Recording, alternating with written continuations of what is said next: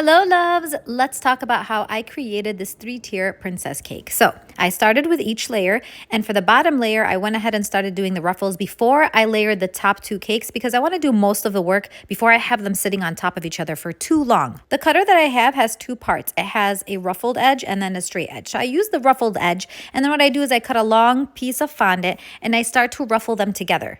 Now, after I did most of the work for that, I went ahead and added the tiers together. If you want more details on how to properly stack a 3-tier cake, I do have another video on my shorts that you can check out, but this is just a quick version of it. Again, remember the straws act as pillars to hold up each tier, and each tier has a board underneath it.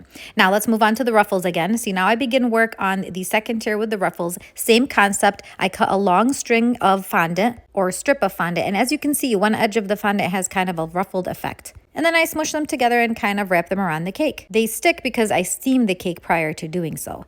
As for the crown, I do have a crown mold. I used to make this by hand until I guess they came up with this. I don't know when, and it has been a blessing. And this is the final result once I put it all together. For their dresses, I basically just cut out strips of fondant, folded them over, and laid them onto the picture.